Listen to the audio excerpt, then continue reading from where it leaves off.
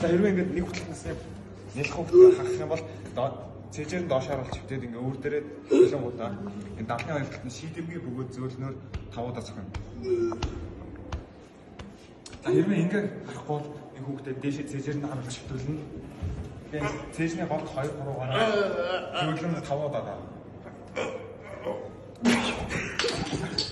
За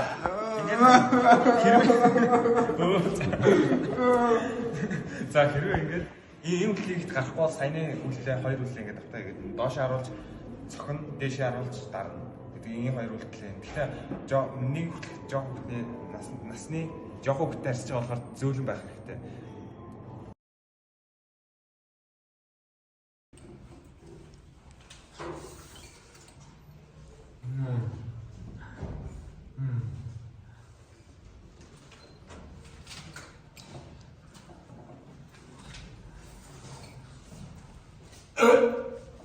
Ui, ja, dat weer.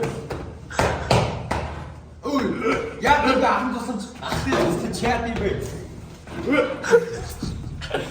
Hoe ben je nog niet als een chat die bij? Hoe kom je weer dat gaat op het steen?